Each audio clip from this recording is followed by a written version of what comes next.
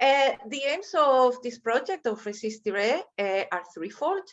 The first aim is to understand the impact of COVID-19 policy responses on gender plus inequalities in Europe. The second aim is to co-design and pilot policy solutions to be deployed by policymakers, stakeholders, and actors in different domains.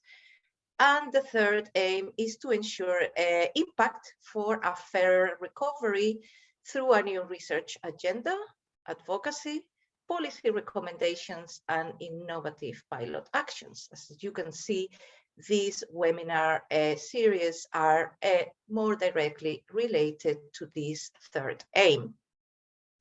So going to the objectives of this webinar, there are again 3 objectives. And the first one is to introduce the RESISTIRÉ, our fact sheet on and recommendations on care to non-governmental organizations, trade unions, and employers. Also, an objective of this webinar is to present examples of emerging promising practices in the labor and care sectors across Europe. And for this, we have a wonderful high-quality panel of experts to help us refine these recommendations. And the third aim is to get feedback from you on the recommendations, for example, the relevance and the usefulness at the national level, but also within various job sectors. To meet these objectives, today we have, as I said, a wonderful and high quality panel of experts who are going to share their experiences on care in their organizations during the pandemic. I will introduce in more detail the panel later, but just to let you know, we have here Monique van Alphen, HR Policy Officer at Tilburg University, and she will present on caring workplaces. We also have Claire Stovell. Claire is a research fellow at Oxford Brookes University, and she will present on strategies for increasing paternal engagement. And we have Nikki Dunn, a research officer at Family Carers Ireland, and she will present on multifaceted nature of work, recognition of unpaid and informal care. Now, without further ado, my colleague Alicia Bobek is going to provide more detailed information on the project methodology, but also on the results, findings, and recommendations in relation to this domain of care specifically. So, Alicia, the floor is yours. Thank you. I believe I have around 10 minutes, Sarah, is that correct? Yes, that is correct. Okay, if I'm too long, you can make it like short, a minute or two shorter, that would be perfect. I'll try. Okay, I could possibly. Okay, I'm going to share my screen now. Slideshow. Can you see it well? Yes, perfect. So as Sarah mentioned, what I'm going to present today are the main principles of the project, as well as the findings from the first cycle of our research, along with the recommendations. So basically, more details could be found in our fact sheet, but just to highlight the main points from our findings and recommendations on care. So as Sarah already mentioned, RESISTIRÉ is a project that aims to get new research agenda, advocacy, policy recommendations, and also launch pilot of new actions. And it is originally designed to take 24 months with 10 partners from 9 European countries, but also research activities in EU 27 plus Serbia, Turkey, the UK, and Iceland. And we have a participatory approach based and co-creation, so involving partners from outside of the consortium in the creation of particular recommendations and solutions. This is just a consortium at glance, so you can see all the partners. I'm not going to go through them because of the time constraints. And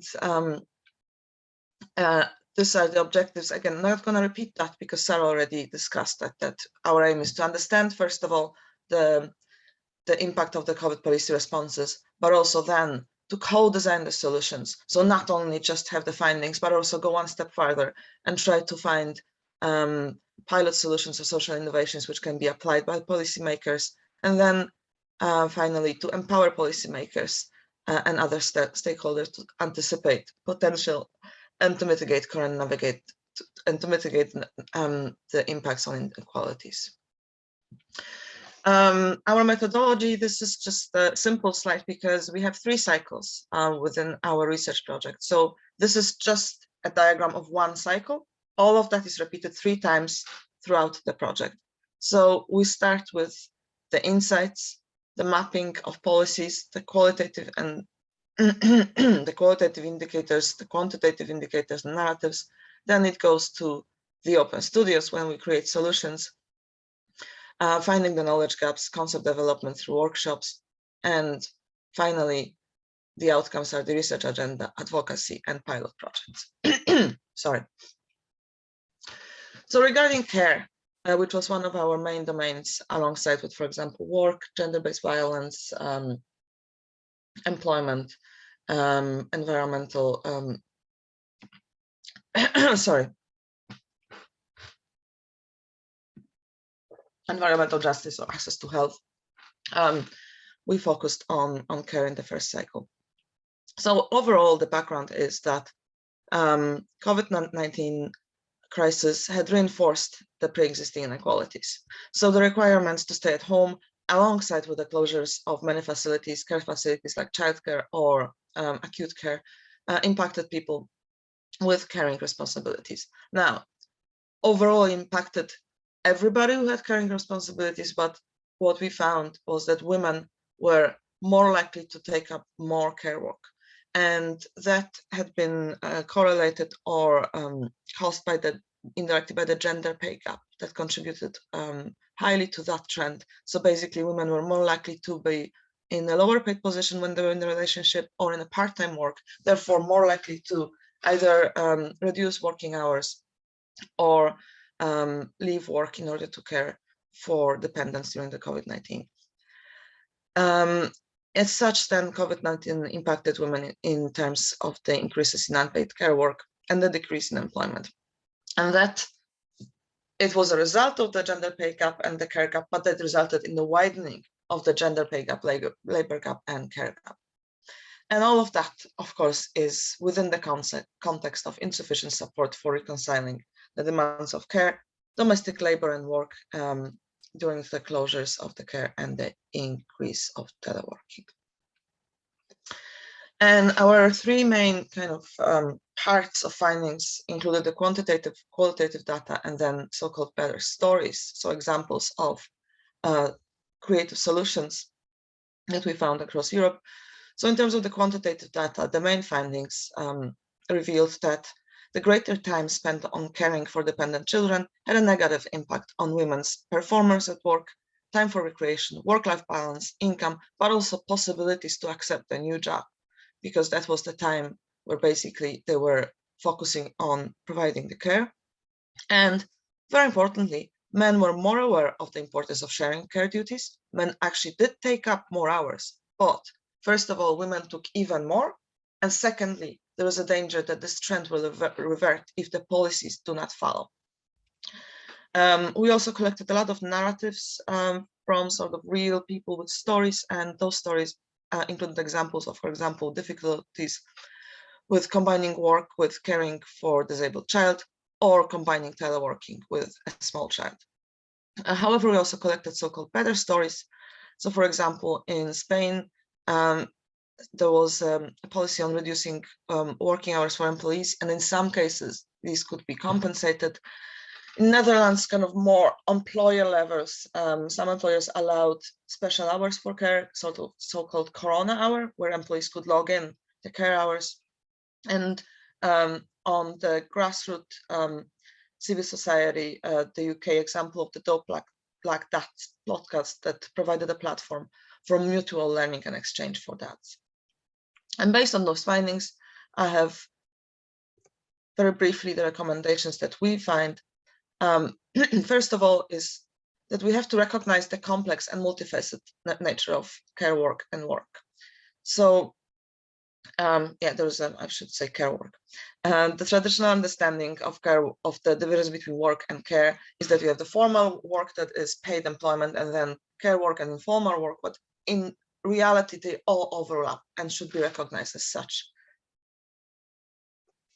And coming from that, we would like to see to promote caring workplaces among employers, workplaces that recognize that care work still happens after the paid working hours, and therefore there needs to be more flexibility and healthy division between work and work at home. That work policies should state that most caring roles are unequal within households, and thus there should be incentives to support care hours and leaves among male employees regardless of their rank within the workplace. And that workplace policies should focus on helping those with care responsibilities in delegating care. So, for example, providing information about places that provide, let's say, childcare, but also mainstreaming the communication between them, or actually providing support of people accessing those places. On the more kind of wider policy levels, we would like to see expand of the care facilities.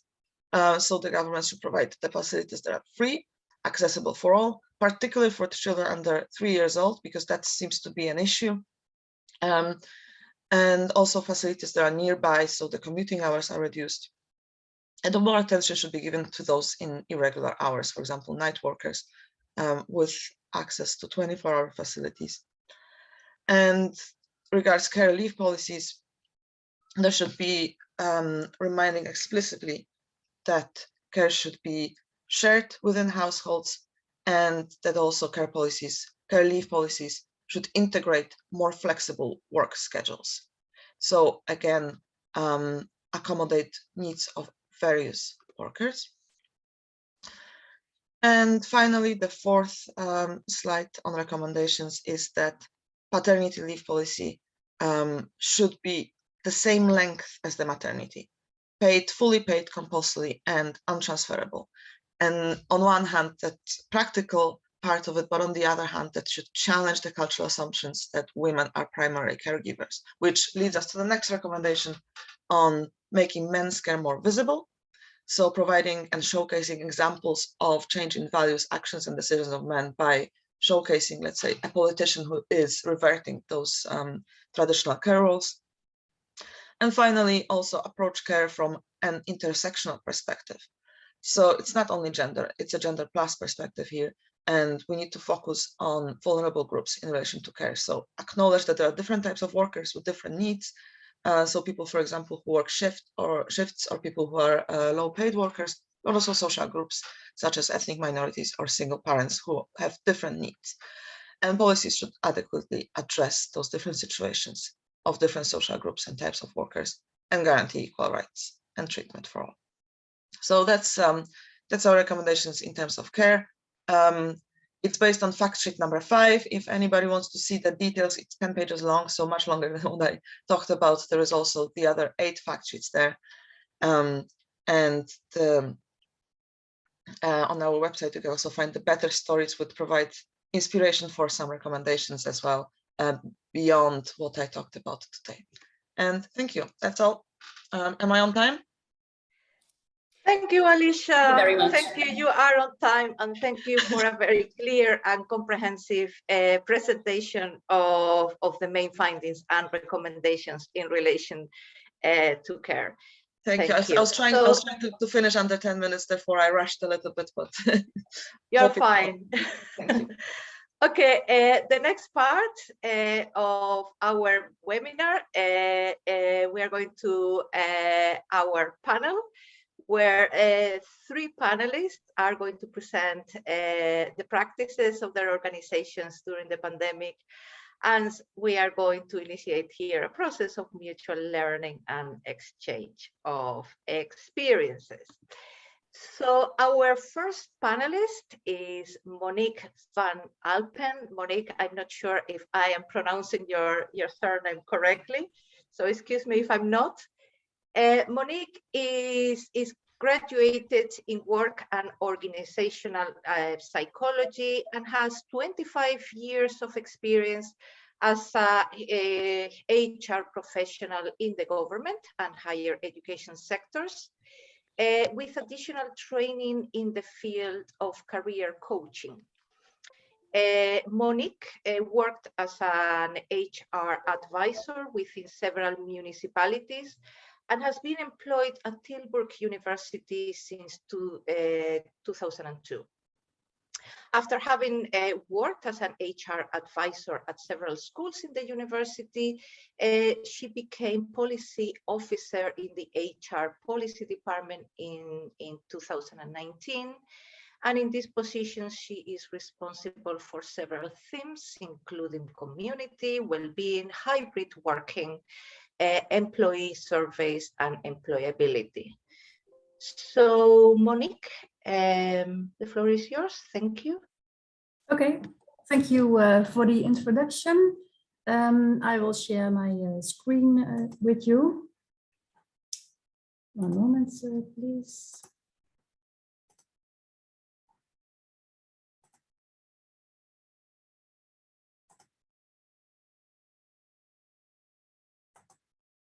Okay.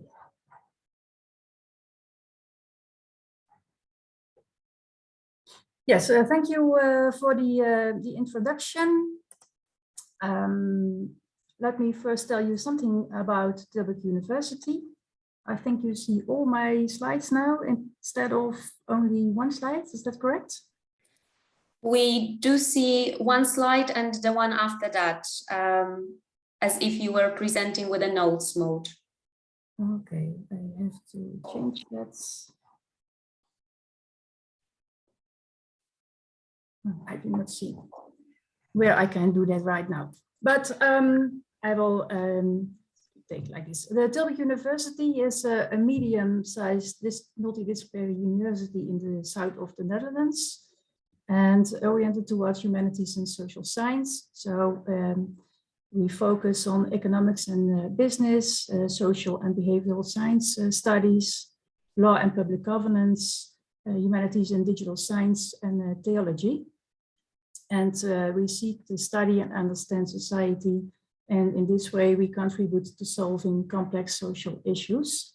Some facts of our university: we almost have 20,000 students, 73 bachelor masters in our curriculum, and at this moment more than 2,500 employees, scientists and support staff working at Tilburg University.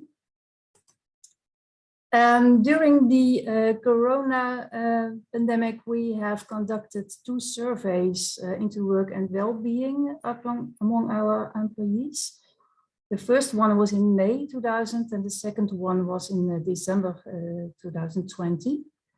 And I will share some general results with you. Of course, we saw that a lot of people have to work extra hard, that the amount of work was very more, that people have a very high workload. And we also ask which factors influence the well-being during the coronavirus. And then we see that isolation, a lack of social contact, care responsibilities and homeschooling, tension, that were the factors that influences the well-being of our employees. That was for all employees actually. We did ask if people had care responsibilities, for example, for children. So I will focus on more on the employees with the care responsibilities later. But it's good to know that everyone in our organization more or less had the same difficulties and the same experiences about they having workloads during the pandemic. We also find out that there were a lot of people who had difficulties with separating work and private time, that it was difficult to stop thinking of work when they are at home, that there was less time for recreational things to do, and that they sometimes are missing work due to family circumstances or the other way around. But then if we focus more on the employees with care responsibilities, we saw that there was a more negative impact on our younger employees and women, people with children, and also our international staff. And especially female and international employees gave lower scores on their health during the pandemic. And then the aspects as isolation, lack of social contact. It was especially seen in the age group of people of 34 and younger, and also at women. And in line with the results that were shown just a few minutes ago, it were especially employees with children and women that are more likely to have care responsibilities and or homeschooling. We also saw that with men and also with internationals, but there was a significant difference that especially employees with children and women have that care responsibilities. And we also find out that especially employees with children and international staff are less able to separate work and private time and more often miss work due to the family responsibilities. Based on the results, we have taken several initiatives for our employees. I will not discuss all of these because it's a lot, and these were things that were done for everyone. Practical things like the possibility to bring office furniture home. We also organize webinars. We have done warm messages from the executive board and the deans, and it was especially to let people know that we understand the difficulty of the situation. We have made it possible for some people to come to the campus if they have not a good workplace at home. It was especially for our international PhD researchers, but sometimes also if parents were both at home and the children were at home, and it was not possible to concentrate on work, that we make it possible for them to come one day a week to the university. And we also invested in a company counselor and an online helpline, also outside working hours for people who experience difficulties with working. But these initiatives are actually meant for all employees. If we take a look at employees with care responsibilities, then we see that acknowledgement of the difficulty of the situation is very important. It's important to let people know that it's not business as usual, and that you do not that is not necessary to work in the same way as they did before, because it was just not possible, especially not when the schools and the daycare were closed. People feel pressure to combine everything. So especially by the messages of the deans and of the directors and also the executive board, we make sure that we understand the difficulty of the situation. Of course, that's not the only thing to do. Yeah, you can tell them, okay, we understand that you also have to act on that. So we have made it possible for people to take care leave, especially with the people with young children. And they were fully paid of the salary during that time. We did not ask them to do a registration of these hours because that was an extra task, and we did not want to disturb them with extra things that were not necessary. And it reduces a lot of stress feelings at employees. I have heard stories of people that both men and women were at home, and that they one of them was working in the morning and the other one was taking care of the children. And after lunch, they switched tasks. We also see children sitting in front of the camera when you have a meeting. And in the beginning, everyone thinks, okay, that's okay. But when the pandemic takes more time, people feel stressed because they wanted to do everything right. And it reduces the feeling of stress that they could take care leave without any salary consequences. We also made some what we call golden rules, and that's actually more flexibility in working hours. The example I just gave, if someone was working in the morning and then taking care of the children in the afternoon, and sometimes they were working in the evening again because the children are going to bed and then they have the rest to concentrate. But we also mentioned that people have very long days, because what was actually the free time at that day if they were working in the morning, in the afternoon, and in the evening. So it was also necessary to make agreements with the supervisors about the outcomes and the requirements and the outputs. It was just not possible for them to combine everything. So acknowledgement, flexible hours, reduction of the outputs, discussion of the requirements, and all in an open dialogue. That was very important to reduce stress feelings. Then there was, of course, for the scientists, support for transition to online teaching. So people could go to the campus to record the college, and they get some support for that. The research publication norms and the tenure track requirements were taken into account, and also the possibilities to ask for an extension of the contract, especially PhD researchers, people with tenure track contracts. So these were the main initiatives for people with care responsibilities, and we mainly focused on young people with children. We do not have collect data for people who have responsibilities, for example, for elder people. Then, what did we learn from the pandemic? That is that acknowledgement and trust is very important. That you understand the situation, that it's not the same for everyone. I had a colleague who had two small children, while I have two children who have already the age of 20. So it's completely different, of course. I had only barking dogs that were bothering me, but not responsibility for young children. I think the paid care leave was especially important to reduce stress feelings.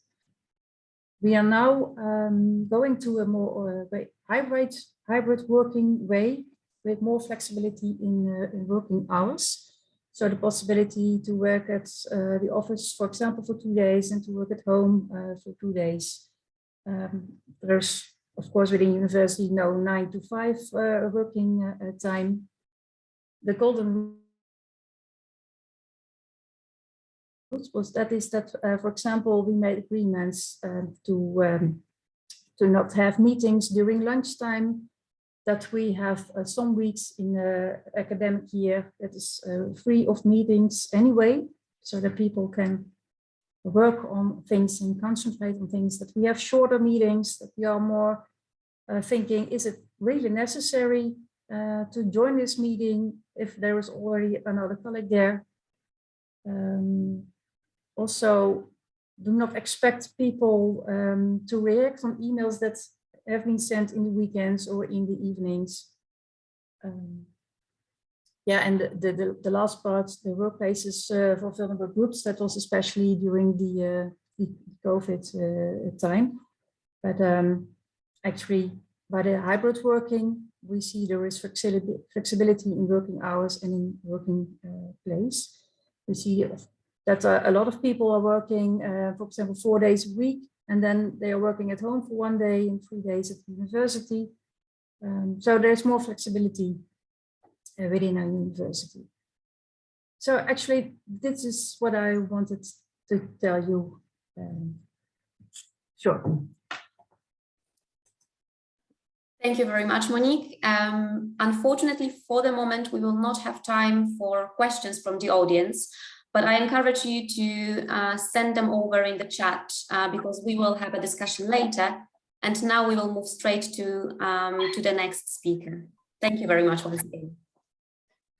Yes, thank you. Thank you very much. And thank you for your efforts in promoting caring workspace among the employers at your university. That is very interesting, the result of the surveys and how from those results you put up a range of measures. Our next speaker is Dr. Claire Stovell, who is going to present on strategies for increasing paternal engagement.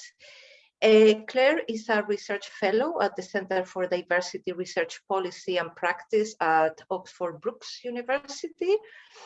She is an interdisciplinary mixed methods researcher whose expertise lies in investigating and understanding gender inequalities with a particular focus on gender divisions of work and care.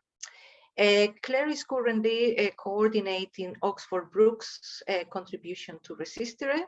She is also a co-investigator on Women in Science, UK-Brazil Gender Equality Partnership, and is also involved in gearing roles, as well as being the co-founder of the Oxford Network of European Fatherhood Researchers Doctoral Group, and a member of the Working Families Research Network and the Government Equalities Office Workplace and Gender Equality Research Network. So you are very welcome, Claire, and the floor is yours. Thank you. Thank you, Sarah. Let me just put up my slides here. So hopefully you can all see this okay. So yes, as Sarah mentioned, today I'm going to be sort of talking about how we can improve paternal engagement specifically in the context of the pandemic. And I'll be drawing here on research that I have conducted in the UK with couples prior to the pandemic, investigating decision-making processes around divisions of paid work and childcare at the transition to parenthood. And I'll also be drawing on research that I've conducted during the pandemic as well, with the RESISTIRÉ project, but also looking at parenting practices more generally. So to begin with, obviously, we've spoken a lot about care today, but I thought it would be helpful just to think specifically why paternal engagement is so important. As we've seen from both of the previous presentations, women take on the majority of childcare responsibilities and parental leave. This has long-term impacts on women's career, on human capital, also on relationship dynamics and power balances within couples, because we have instances of economic dependency. And it's also a really important contributor to the gender pay gap as well. And within my own research, what I found is that this first year of the transition to parenthood is a really important point to focus on. It creates the foundation for longer term divisions of household labour. What I found in my own research was that this is also a point at which men are most enthusiastic to become engaged in childcare. There's most opportunity there. It's a period in which parents have the chance to learn how to parent, to form a bond with children, and to put in place sort of patterns of behaviour and habits in childcare, which actually then other researchers found becomes very hard to change once we have this sort of dynamic in place. Looking at some of those obstacles, though, to paternal engagement in general, so thinking here through research pre-pandemic, in that immediate year following the birth, as I say, I found that this was a period in which men were most enthusiastic about being involved, about changing working patterns. However, we find across Europe, there's national differences in parental leave provision, but in general, paternity leave is limited, not only in length, but also in levels of remuneration. What I found in my research, and others I have also found similarly, is that men can also feel a lack of entitlement to take leave, even if it is there and offered to them. When there's a choice or for men to share leave with women, there's generally a sentiment that women are more deserving of taking that leave.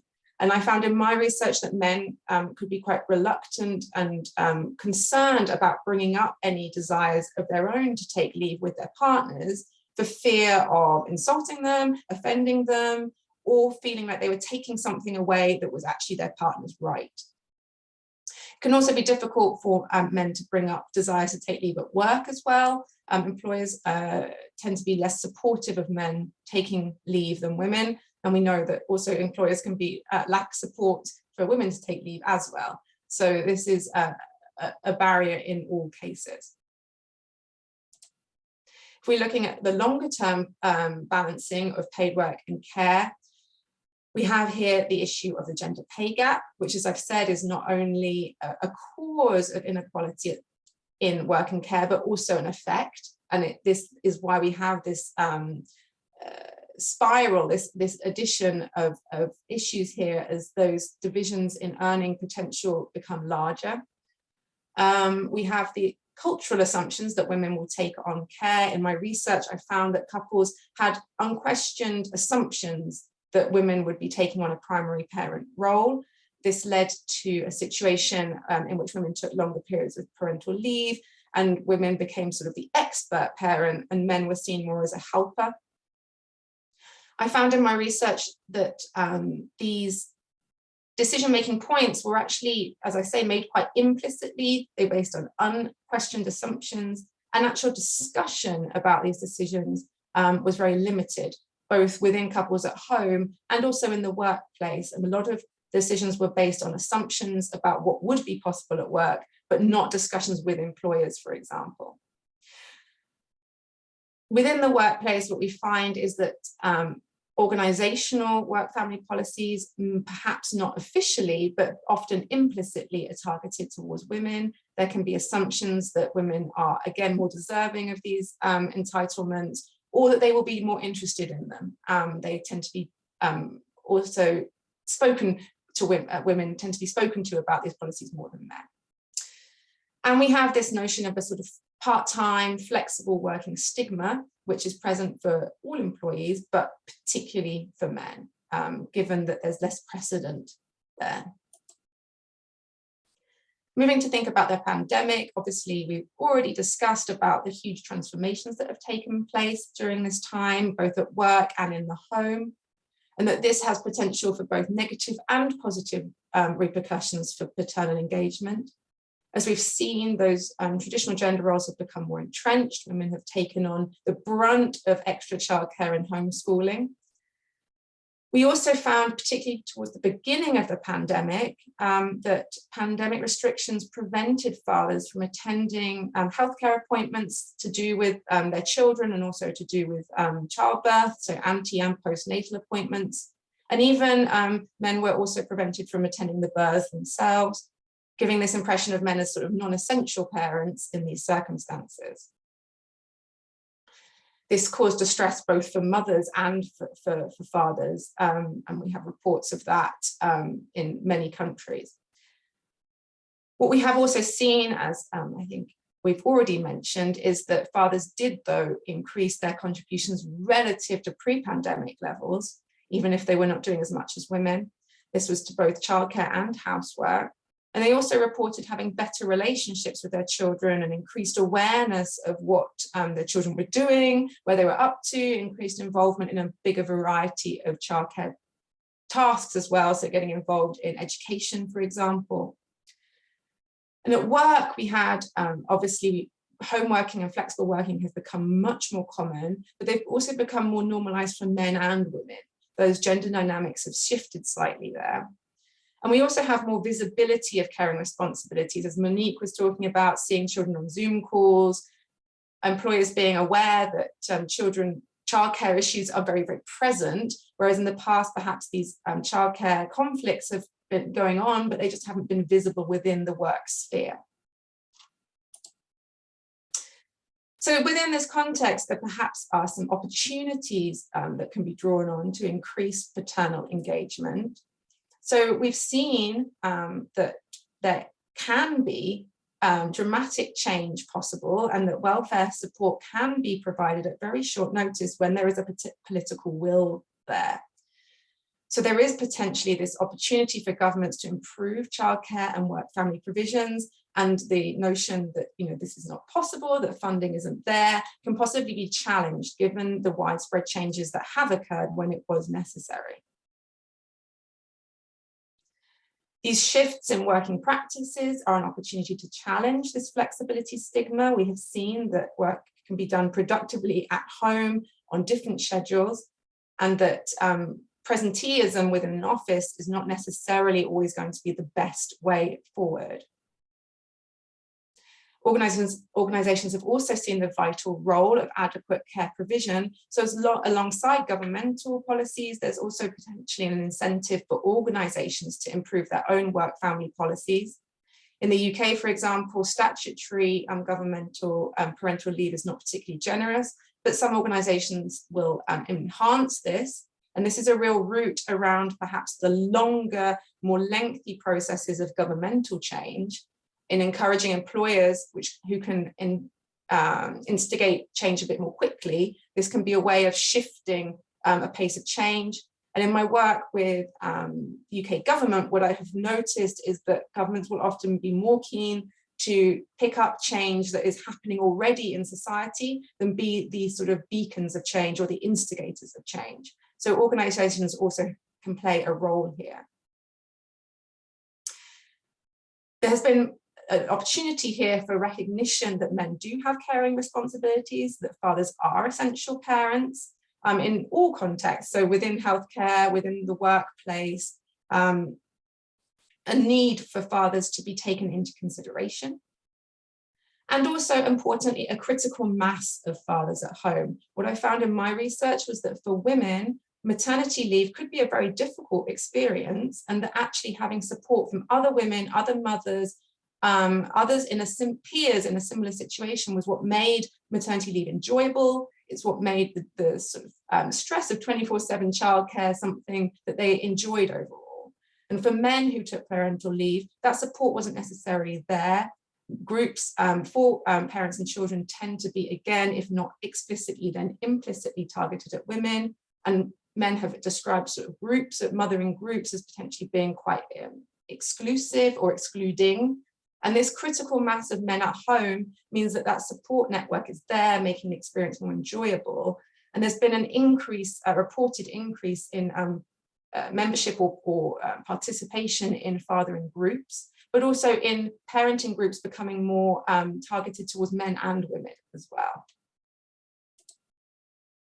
And just to end with some examples of good practice that I've come across, both during the pandemic and also pre-pandemic, that could be drawn on and driven forward in a new context.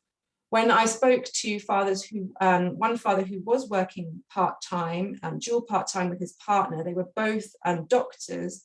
What had actually drawn him to part-time working was a part-time working champion within his hospital. So this was someone who worked part-time themselves, who could explain the process, particularly in the healthcare sector. It's not always obvious what part-time working will look like and how that would work.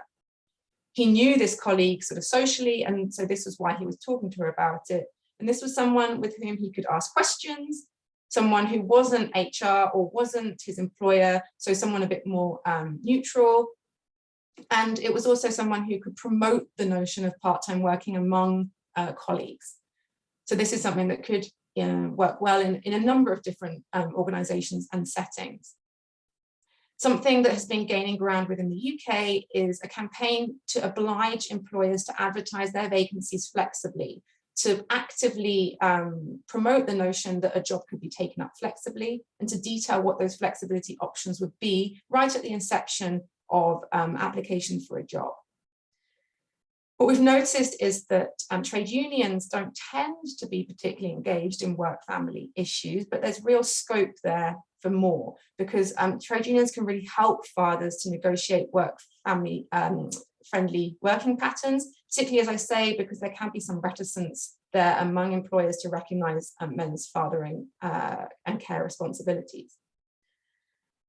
Another father I spoke to who had really seriously considered taking on a more active and engaged parental role had actually had his employer promote parental leave to him directly. women legally often have to talk to their employers about their plans for changing working patterns, but the same does not tend to occur with prospective fathers. So employers taking the initiative in having those conversations with men about working patterns, I think, is really important. And then coming back to this idea of sort of conceiving of men as essential parents, we've also seen training programs for care providers, health providers, so midwives, health visitors, schools, in connecting with fathers and perceiving them as essential parents. And one example of this is the UK Fatherhood Institute has set up a campaign called Time with Dad, which is encouraging those connections and encouraging a building back better after the pandemic, which takes into account fathers' caring responsibilities. And we also have this Parent Project, which is a project in collaboration with Portugal, Italy, Lithuania, and Austria, which is promoting awareness and raising engagement with men in becoming more nurturing fathers, and also has an element of tackling violence against women and children within the campaign as well. So I think I'll end there. I hope I'm sticking within the time, and thank you for inviting me to talk today. Thank you very much, Claire, for a very illuminating presentation on why is it important, paternal engagement, the obstacles to it, what happened during the pandemic, the opportunities to increase paternal engagement, and example of good practices. I think your presentation really can throw light into a number of recommendations from of our fact sheet on parental leave, and especially on paternity leave policy, and how to make men's care more visible in order to work towards more caring workspaces. So thank you very much for that. Our next panelist is Dr. Nikki Dunn, who is going to speak about the multifaceted nature of work, recognition of unpaid and informal care. Nikki is a research officer with Family Carers in Ireland. Family Carers is the national charity supporting 500,000 family carers across the whole country. As the organization's research officer, Nikki leads Family Carers Ireland program of research and manages a diverse range of projects relating to family carers. She is now particularly focusing on building and coordinating research involvement and engagement among family carers, researchers, and other stakeholders. So welcome, Nikki, and thank you very much. The floor is yours. Thank you, Sarah, and thank you for inviting me to speak here today. I just want to say it seems like this project is really fantastic and really innovative, and it's really great to see a participatory approach to the research as well. So yeah, just in terms of Family Carers Ireland, I think, Sarah, you've kind of covered who we are, that we're the national charity in Ireland supporting family carers. And we tend to use the term family carers within Family Carers Ireland rather than informal carers. And that's the preference that has come across from carers that we support. So that's the term that we use. And our organisation supports anyone with a family caring role. So that's whether they care for a child or an adult, regardless of the condition, illness or needs of the person that requires care. So just a very brief introduction, I guess, into the challenges that carers have faced in Ireland since the onset of the COVID pandemic. So before COVID, thousands of carers across Ireland were experiencing financial difficulty, social isolation, ill health. A huge challenge would have been difficulties accessing services for the person that they care for. And for these types of carers, the pandemic made an already difficult situation much worse. So we ran an online survey during the first lockdown here in Ireland. So at the height of the lockdown, April 2020, and over 1,300 family carers responded to that survey. So using that and kind of the anecdotal evidence that we have from like all of the calls and the increase in supports that we've had to provide over the last couple of years, I can kind of give some sort of, I guess, an indication of what it's been like for carers.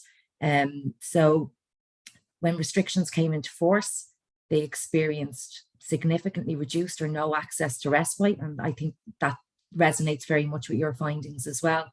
No access to respite, day services, schools, home care hours, informal supports, everything was pulled. And then without those services, you know, they were caring much more than before, more intensely. There was a considerable amount or a number of carers worried about getting the virus and bringing it back into the home. They were worried about a decline in the health and well-being of the person that they cared for. So a term that came up frequently in that survey was the fear of regression for the person that they cared for without any services. And then without any services, often the person that they cared for didn't fully understand why their day service or school had stopped. And then that meant that carers were not only dealing with having to provide, you know, kind of fill in those gaps, but also dealing with aggression, violence, dealing with the person that they love, experiencing, you know, self-harming and stuff. So it was a really, really difficult situation for many people. Many were really worried that services wouldn't be restored to their previous levels. So they were already poor before the pandemic. They were pulled completely and they haven't been restored to their full levels since then in many cases. So this all added considerable amount of pressure, psychological pressure, to a group who were already experiencing pressure before that. And again, repeated through the kind of qualitative comments in that survey were words like anxious, stressed, isolated, not coping, burnout. And one carer, this just really stuck with me, one carer who responded to the survey described it as a lockdown within a lockdown. And I felt that really illustrated the kind of additional pressures that people were feeling, because obviously everybody was feeling pressure during that first lockdown particularly, but that lockdown within a lockdown kind of illustrated that sense of having to provide all those additional supports, while so often, like Monique was talking about, balancing work and care in many cases as well, like paid employment. So that's just a super quick summary of some of those issues, and I'll make those reports available as well if anybody's interested in reading more about caring through the kind of first wave of the COVID pandemic. So at the start of the pandemic, then we experienced a huge influx in carers looking to us for support, services, advice, and more.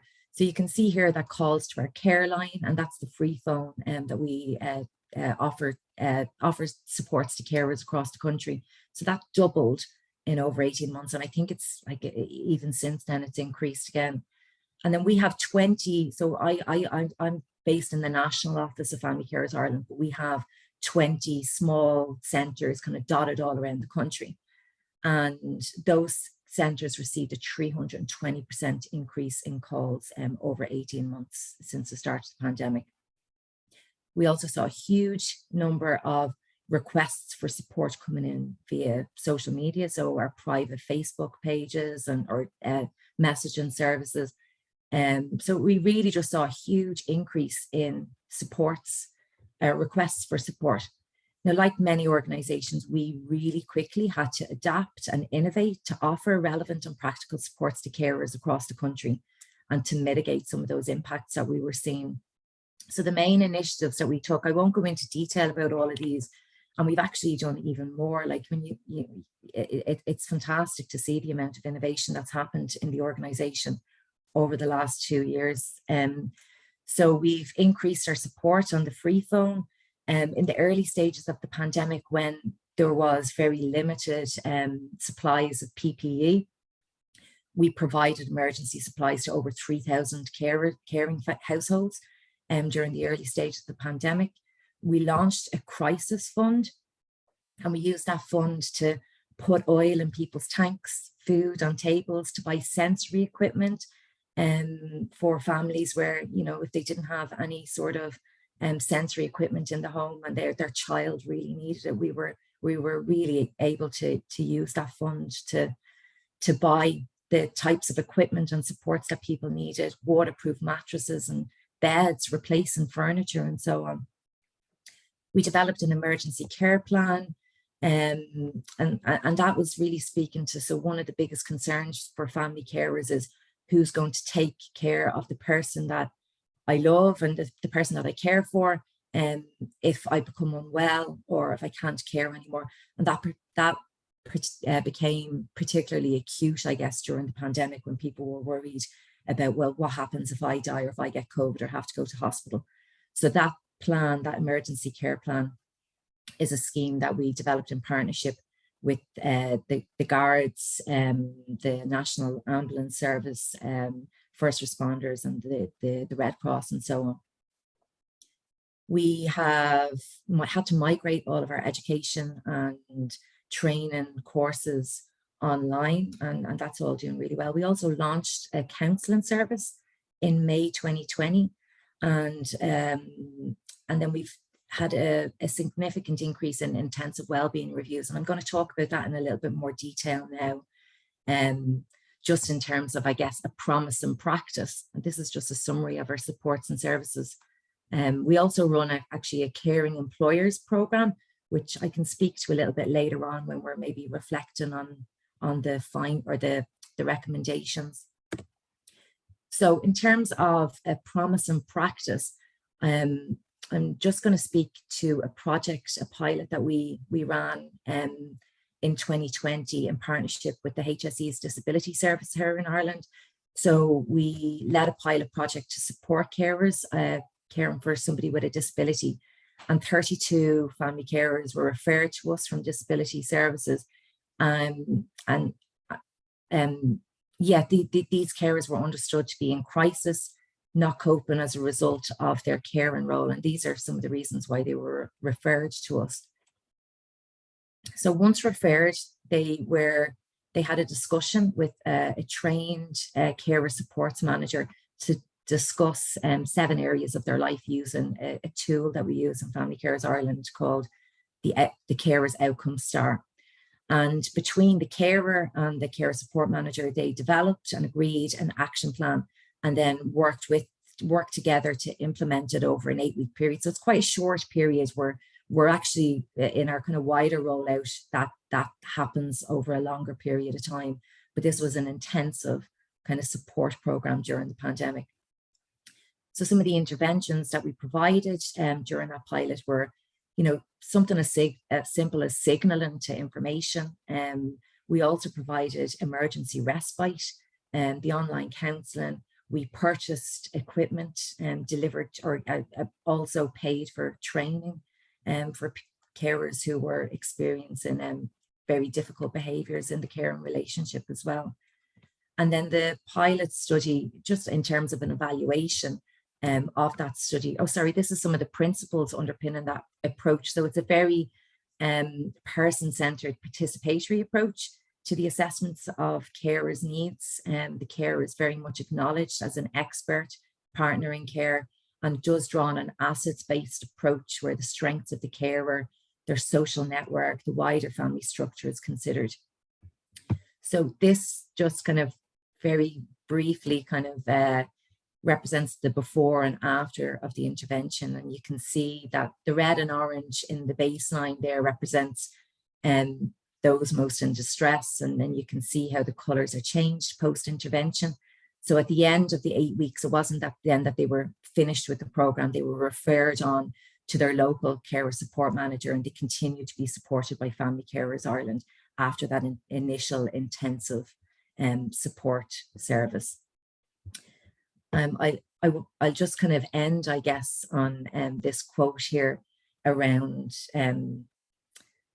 about from one of the carers who took part in the project. So everybody was very positive about the pilot, the process for support, and you can see here in this quote, and it really speaks to a recurrent theme that came up in the evaluation about this was being one of the first times that they were ever asked about what they needed, how they were doing, and the conversation with the carer support manager was really seen to be hugely supportive, and that listening ear somebody who understands what it might be like to care for somebody, and somebody who's able to offer some practical and emotional supports as well. So I think it's also important just to frame this really, obviously the interventions that we've offered are not occurring in a vacuum. We need to be mindful of the, socioeconomic, policy, cultural context. There's poor services here in Ireland. The financial supports that are available for many family carers are not sufficient to meet the costs of caring and their kind of regular expenditure as well. We have a cultural norm here in Ireland that means the responsibility for care very much lies within the family and with women in particular. So there's only so much, I guess, that we can do within that context.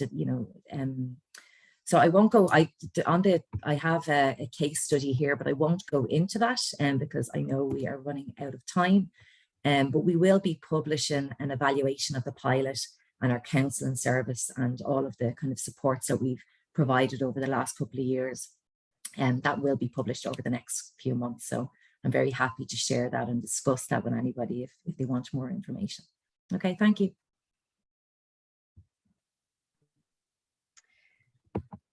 Thank you very much, Nikki.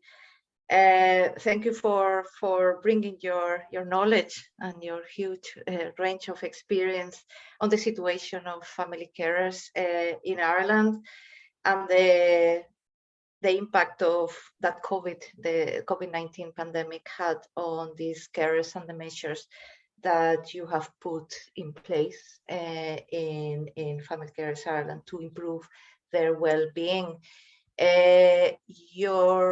Your presentation really speaks to one of our recommendations, particularly the first one, that is just to recognize the complex and multifaceted nature of work. That work is not just compensated labor, but also is unpaid work, like the work of family carers, the majority of whom are women.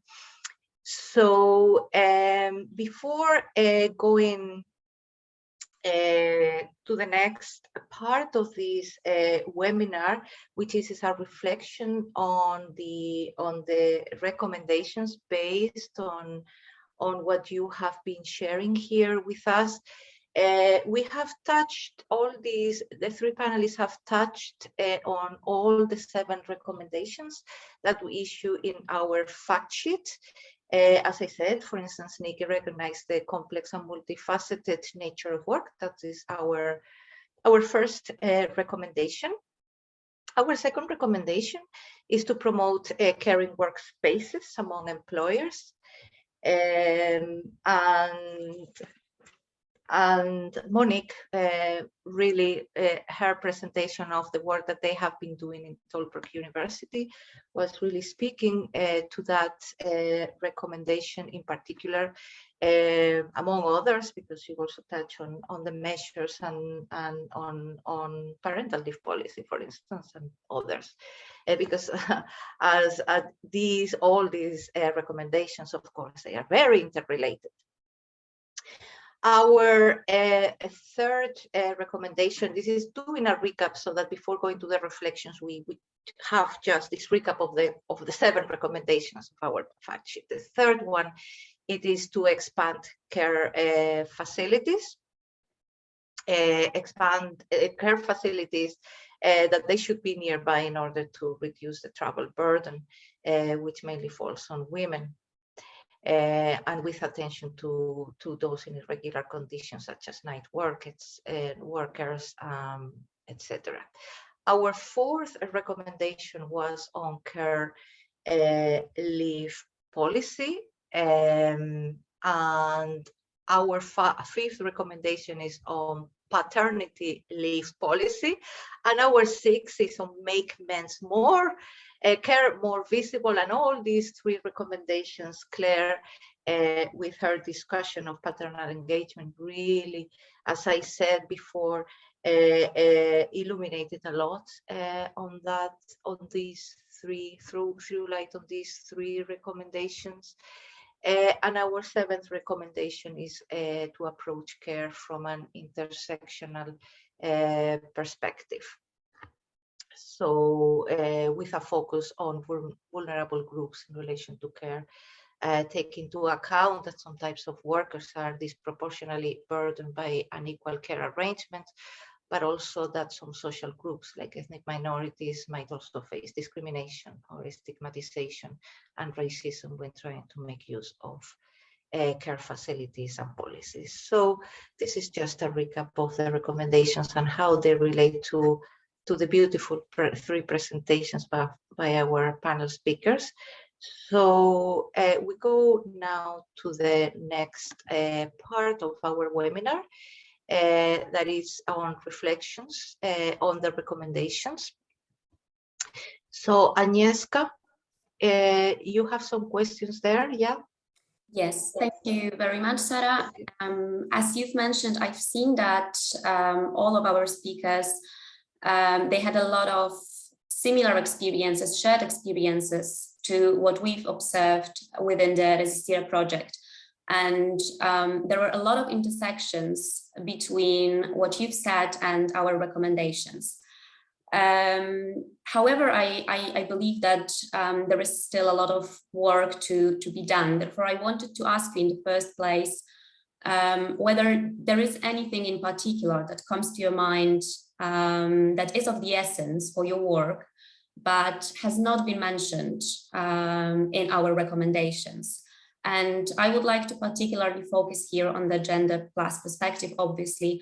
So this is also something that Monique was mentioning, that not only women seem to be more burdened by the care responsibilities, but also migrants, so people with different nationalities. I've been wondering whether you have any ideas on how we could counteract that, or is there anything else that you think that we missed and could be important to mention in the further developments of the project?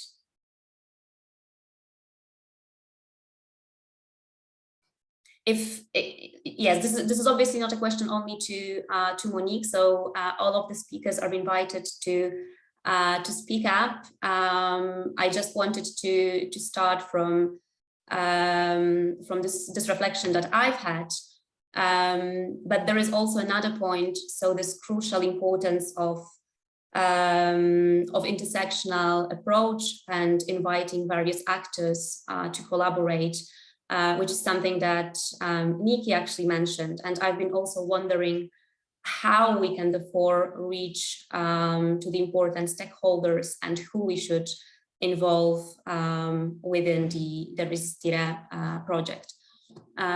Nikki, I can see that you would like to respond, so I will give the floor to you. Thanks, Agnieszka. Yeah, I think I have to say the recommendations are really fantastic. I really liked the approach to recognise unpaid carers' work. No surprise there. That should be formally compensated. You know, financial. I think so many carers experience financial difficulties, and you know, if we're looking at women, if we're talking about economic equality really, and we're talking about long-term kind of pension, the long-term impacts of not being in the workforce as well. So I think that shift to actually recognizing care as work is really, really important. So I think that's just an excellent point.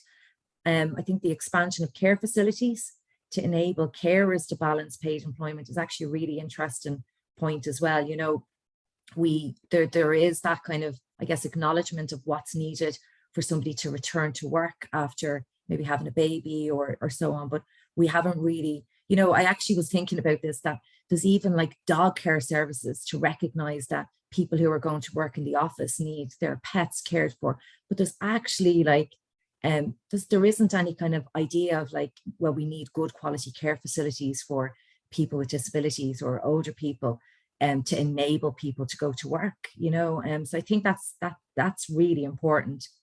In terms of what I think, I guess I don't know whether it's missing or maybe just needs to be further developed. One of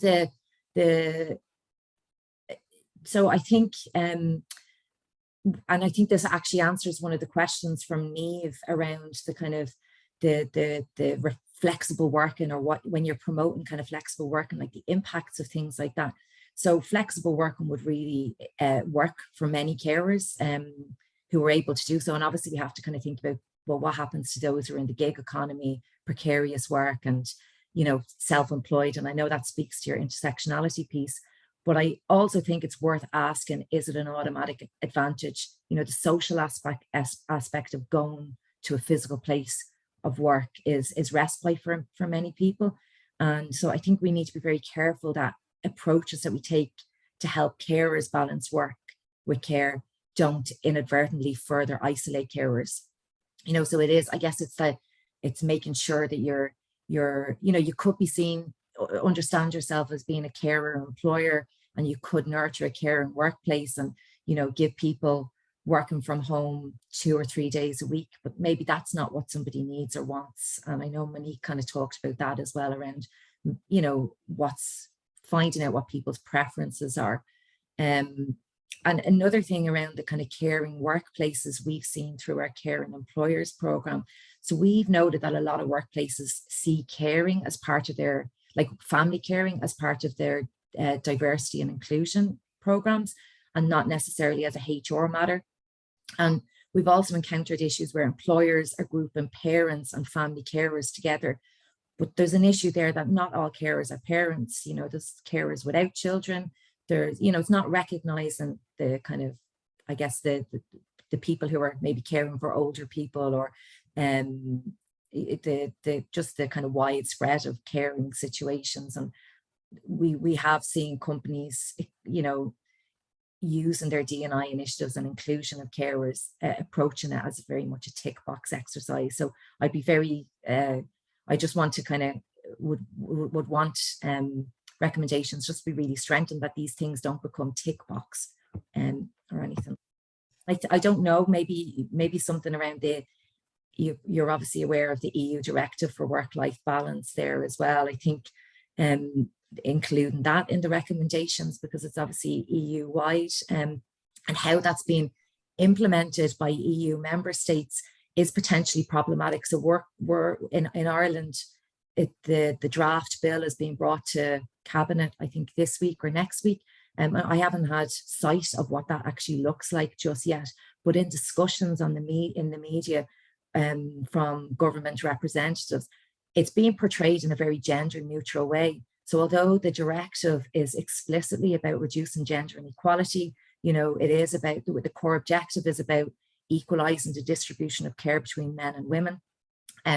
It's being presented in quite a gender neutral way, I think, in many ways. So I don't know, actually, even when I think about our national carer strategy in Ireland, the likes of the Irish National Dementia Strategy, they're portrayed in very gender neutral ways as well. So I think any care legislation, policies need to explicitly reference gender as well. And then to speak about who has to be involved, I think it's everybody. It's government representatives, policymakers, trade unions.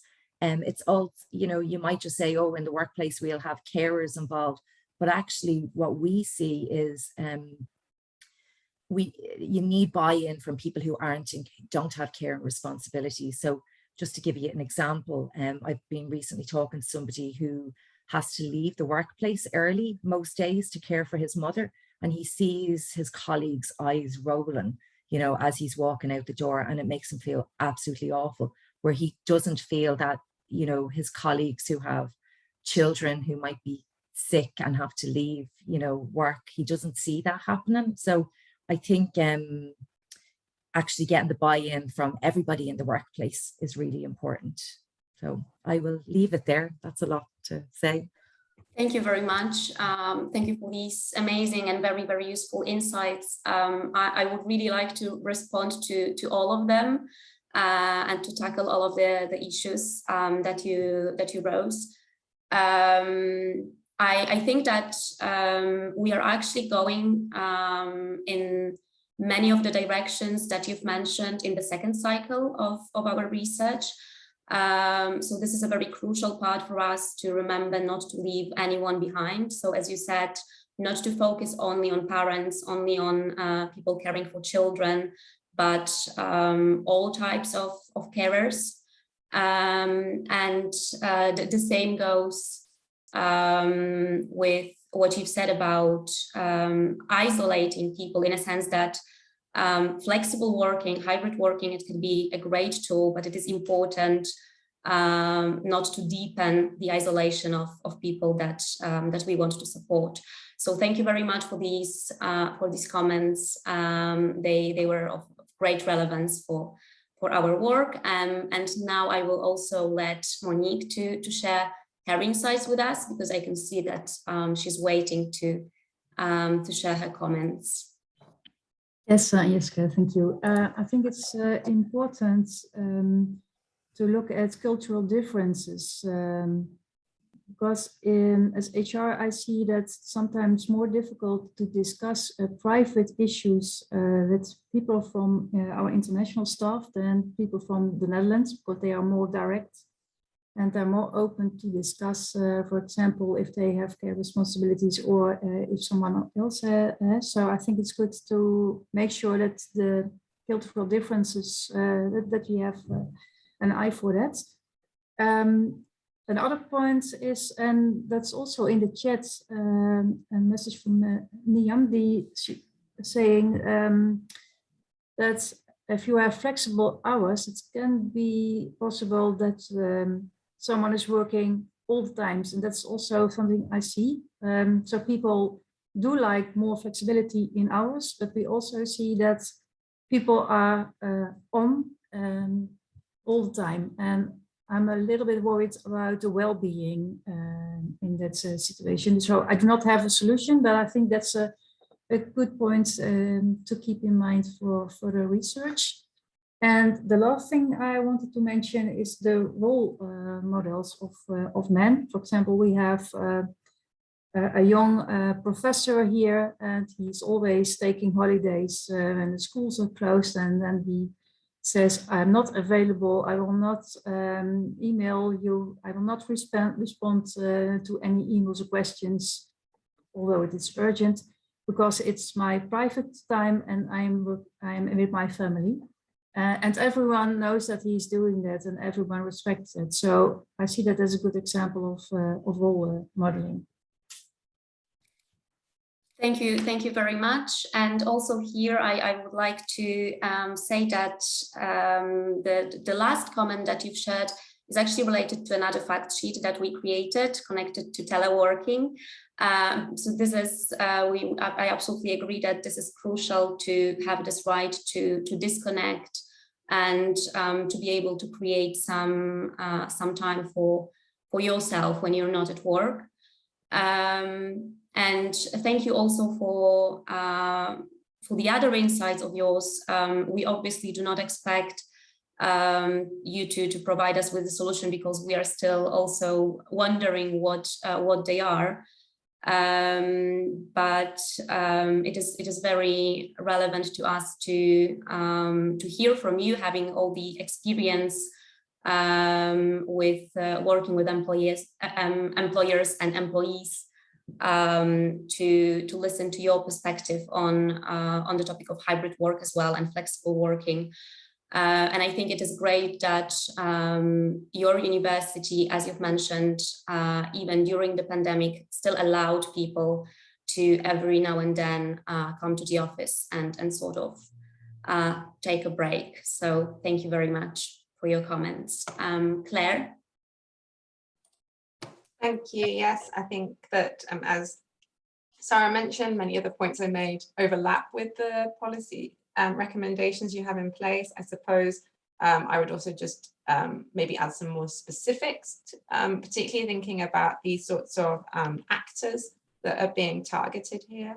I think that perhaps more in terms of employers and organizations here, not just governments, but as I say, I think employers can really lead the way and put pressure on governments to improve overall policy in this area, particularly around parental and paternity leave, and making that have greater rights for men. And I agree that this should be a right that is independent and rather than a shared right.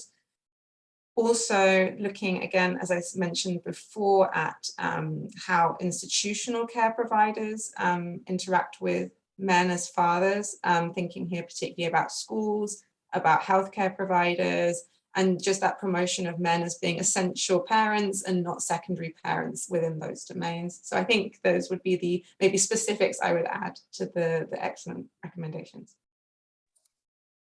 Perfect, thank you very much. And indeed, I think that in order to trigger this systemic change, this societal change, we just all have to be involved.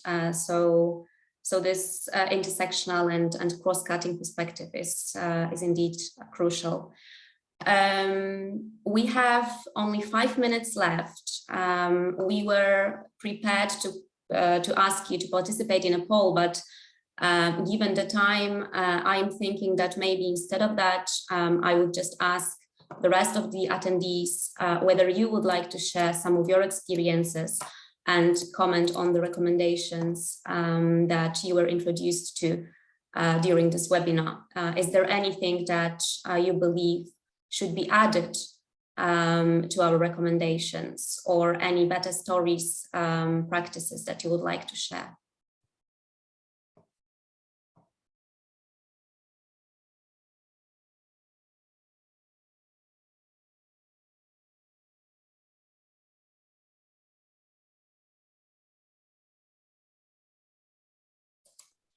If not, Agnieszka, do we have time for the poll, or there is no time? What do you think? I think we can try to very quickly go with it, yeah. So I will ask Roberto to share a link to the poll with you. It's in the chat. So if you can access it, there will be 2 questions for you to answer to. The first one is a multiple choice answer. The second one will be an open-ended question.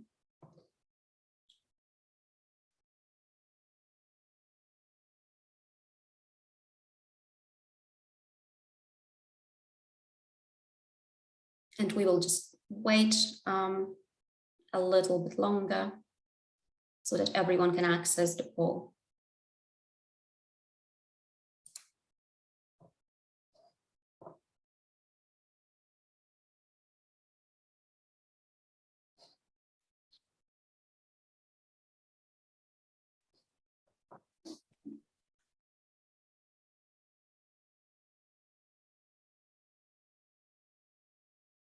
If already answered to the first question, you can obviously move on to the next one so that you have more time to write something in the box that you would like to share with us.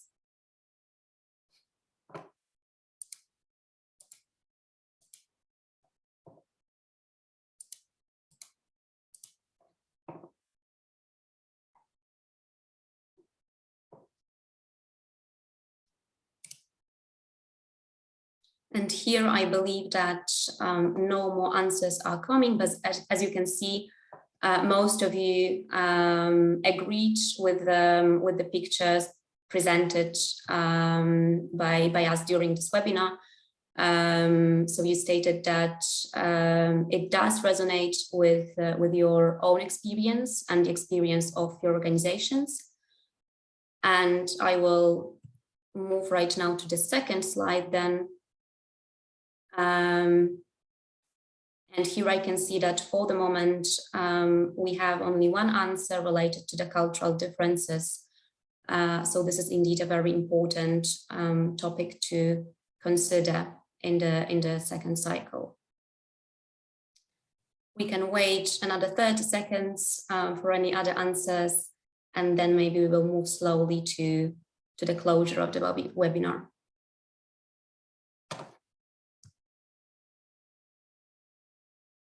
I would only here like to mention that after the event, you will also receive an email that will invite you to fill in a survey. So if you would like to share some insights with us and you do not have enough time to do it right now, you can obviously just insert it in the survey that you will receive.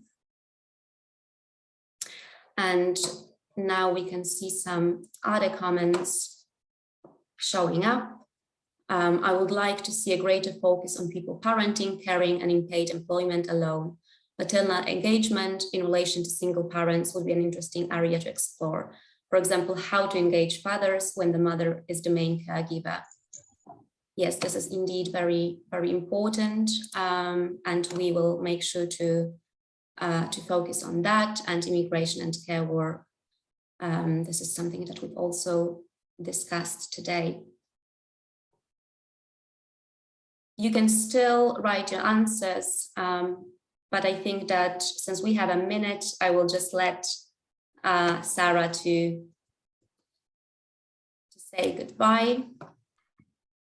Yes, we only have less than a minute to come to a close. So all I want to say is thank you very, very much for coming here, both to the panelists and to the participants, to the audience, for sharing your experience, your knowledge, and also to contributing with your insights that I think that will be very helpful for us to refine our recommendations on care. So that's it. Thank you very much. Agnieszka, I don't know if you have anything to say in particular. Final remarks. No, I would also like to thank all of you, especially our speakers, for these great intersectional presentation. I think it was a very interesting perspective to listen to people with such varied experiences. So thank you very much. And I would like to also thank to all of the people that participated, and I look forward to your feedback. Goodbye. Thank you. Bye-bye. Thank you.